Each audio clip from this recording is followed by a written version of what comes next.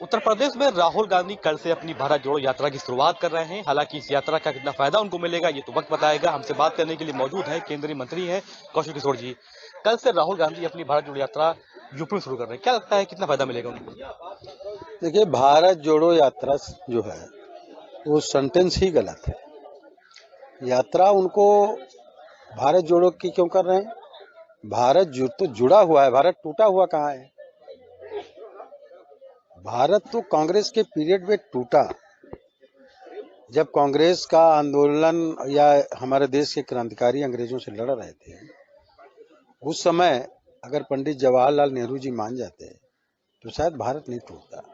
और जो आज तमाम ये हो गया कि पाकिस्तान का निर्माण हो गया, उस समय वो नहीं होता। तो कांग्रेस ने तो मेजर मिस्टेक पहले से करती चली आई। दूसरा, कांग्रेस भी तमाम बार टूटती रही। कांग्रेस का गठन ही एक सर विक्टर ह्यूम नाम के अंग्रेज ने किया था, तो वो क्या अपने खिलाफ बना लेंगे? वही कांग्रेस का वो रहा आंदोलन का। तो दरअसल में ये काम जो है उल्टा पुल्टा का कांग्रेस करती ही चली आई। और इसी में जो है, जो इन्होंने राहुल गांधी ने यात्रा शुरू की है, इसमें आप देख रहे होंगे कांग्रेस पार्टी के कुछ वर्कर ही रहते हैं, जनता नहीं है। सब उनके कार्यकर्ता भी नहीं रहते। तो अगर इतने ही लोग कांग्रेस में बचे हैं तो ये भी एक विडंबना की बात है। दूसरा, जनता उसमें शामिल नहीं हो रही, क्योंकि इनके इस यात्रा को फ्लॉप यात्रा है। और इसलिए राहुल गांधी ने कहा विपक्ष के लोगों से, जो भाजपा के खिलाफ हैं या हमारी भाजपा का जो अलायंस है उनके खिलाफ है, उसमें राहुल गांधी ने कहा कभी नेताओं को, उनकी दूसरे विपक्ष की पार्टियों को, उनको आह्वान करते हैं कि आकर के हमारी यात्रा में शामिल हों। इसका क्या मतलब है? सभी ने जवाब दे दिया। तो इसका मतलब है कि उनकी यात्रा पूरी तरह खिलाफ है। भारत जोड़ो यात्रा, भारत जुड़ा हुआ है, इसीलिए वो ऐसा सेंटेंस लेके कर चलते हैं। कभी चौकीदार चोर है का बोल दिया तो जनता बोलने लगी हम भी चौकीदार, तुम भी चौकीदार, सब है चौकीदार, वो हो गया। कभी चीन को लेकर के अपने सेना के ऊपर गलत कमेंट करते हैं, जबकि हमारे भारत के सैनिक जो वहां पर डटे हुए हैं, उन्होंने ही चीनी सैनिकों को पछाड़ने का काम किया और दूर तक खदेड़ने का काम किया, और पीटने का भी हमारे सैनिकों ने काम किया। उल्टे वो बताते नहीं चीन के सैनिकों ने भारतीय सैनिकों को पीटा। तो वो उनका, राहुल गांधी जी को ये पता नहीं कि मुझे क्या बोलना चाहिए क्या नहीं बोलना। इससे उत्तर प्रदेश में और क्या पूरे देश में कोई फायदा होने वाला नहीं। हालांकि राहुल गांधी ने कहा था कि 10 विपक्षी दलों को नोटिस ये आमंत्रण दिया था कि वो आकर इस यात्रा से जुड़े हैं, तो सामने कोई नहीं आया कहते हैं आप।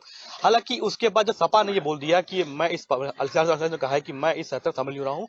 कल राहुल गांधी ने कहा है कि अखिलेश यादव की समाजवादी पार्टी की विचारधारा कोई है ही नहीं। उसके अखिलेश ने कहा है कि हमारी विचारधारा पूरे विश्व में है, हालांकि कांग्रेस को जानकारी नहीं। कैसे देखते हैं? देखिए, ये आपस में ही ये सही भी है कि आपस में टकराएंगे। ये अलग बात है कि समाजवादी पार्टी डॉक्टर राम मनोहर लोहिया जी के विचारों का नाम लेती है, लेकिन समाजवादी पार्टी भी डॉक्टर राम मनोहर लोहिया जी के विचारों पर नहीं चलती। वो अंतिम व्यक्ति के चेहरे पे मुस्कान लाने का काम था, उन्होंने नहीं किया। उन्होंने कब्रिस्तान की बाउंड्री बनाई, उसमें हैंड पाइप लगाए, मुर्दों के लिए काम किया, जिंदा लोगों के लिए काम नहीं किया। इसलिए आप देख रहे हैं कि समाजवादी पार्टी भी गर्त में गई। लोगों के लिए काम करना पड़ेगा, देश के लिए काम करना पड़ेगा। आदरणीय प्रधानमंत्री नरेंद्र मोदी जी ने लोगों को, जिनके लोग घर नहीं है, उनको आवास देने का काम, शौचालय देने का काम, गैस सिलेंडर चूल्हे मुफ्त देने का काम, अभी लोगों को 31 दिसंबर तक के मुफ्त में 80 करोड़ जनता को मुफ्त में राशन देने का काम, कोरोना से निपटने का काम पूरे देश के लोगों ने किया। लेकिन मोदी जी ने जो पहले स्टेप लेने के काम किए, तो पूरी दुनिया को राह दिखाने का काम किया और तत्काल निर्णय लेकर के देश के लोगों को कोरोना से बचाने का एक अग्रणी भूमिका निभाने का काम माननीय प्रधानमंत्री नरेंद्र मोदी जी ने किया। हमारी पार्टी के कार्यकर्ता भी सेवा ही संगठन के तहत काम करते हैं।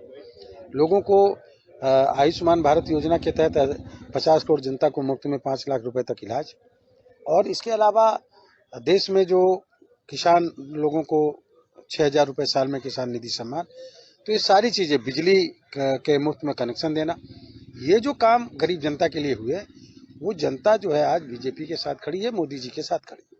2024 के इलेक्शन से पहले राहुल गांधी ने तीसरा मोर्चे की बात शुरुआत कर दी थी इस यात्रा के तहत, मगर शुरुआत में ही सपा ने जो बयान दिया, राहुल गांधी पलटवार किया, क्या लगता है तीसरा मोर्चा बना पाएंगे ये 24 से पहले? देखिए, जितने भी लोग हैं उसमें सब प्रधानमंत्री बनना चाहते हैं। राहुल गांधी जी अलग बनना चाहते हैं, उसमें अखिलेश जी अपना नेतृत्व चाहते हैं, लालू यादव जी अपना चाहते हैं, ममता जी अपना चाहती हैं, नीतीश जी अपना चाहते हैं, केजरीवाल अपना चाहते हैं। तो ये सारे लोग खुद प्रधानमंत्री के दावेदार हैं अपनी अपनी जगह पे। उनके अंदर अपने अपने जो है इस बात को समझ रहे हैं और मन में अपने बतासे फोड़ने का काम कर रहे हैं। लेकिन इसके पहले राहुल गांधी जी ने भी और अखिलेश जी ने भी ये कहा है कि 2024 के चुनाव में लोकसभा में हम लोग बीजेपी को नहीं हरा पाएंगे, नरेंद्र मोदी जी की बीजेपी की ही सरकार बनी। ये तो खुद ही लोग पहले बोल चुके अपने अपने स्टेटमेंट पे। और इसलिए 2024 में आप समझिए कि हम 2014 में भाजपा जीती थी 282 सीट लोकसभा की, 2019 में जीती थी 303 सीट और 2024 में जीतेंगे 350 सीट। बीजेपी जीत करके आएगी और बड़े पैमाने पे लोग अब माननीय नरेंद्र मोदी जी की तरफ पूरे देश देख रहा है, क्योंकि माननीय प्रधानमंत्री नरेंद्र मोदी जी इतने देश के लिए समर्पित हैं कि जब आज़ादी के 100 साल पूरे होंगे तब वो विकसित भारत कैसे बनेगा उसका अभी से उन्होंने पूरा रोड मैप और उसका कैसे किस तरीके का हम इसको बनाएंगे उसकी योजना अभी से बना लेने का काम किया है आदरणीय प्रधानमंत्री जी ने कि ये हमारा देश भारत विकसित भारत बने। एक बात। दूसरा जो है, अभी आदरणीय प्रधानमंत्री जी की माता श्री माननीय हीरा बाजी की उनकी डेथ हुई। उस डेथ के अवसर भी 30 तारीख को उन्होंने माँ का अंतिम संस्कार करके और जो भी कार्यक्रम लगे थे उन कार्यक्रमों को उन्होंने वर्चुअल करने का काम किया। ये देश के लिए समर्पण है। सभी प्रदेश के मुख्यमंत्री जिस भी दल के हों, जिस भी पार्टी की सरकार हो, सब जाना चाहते थे।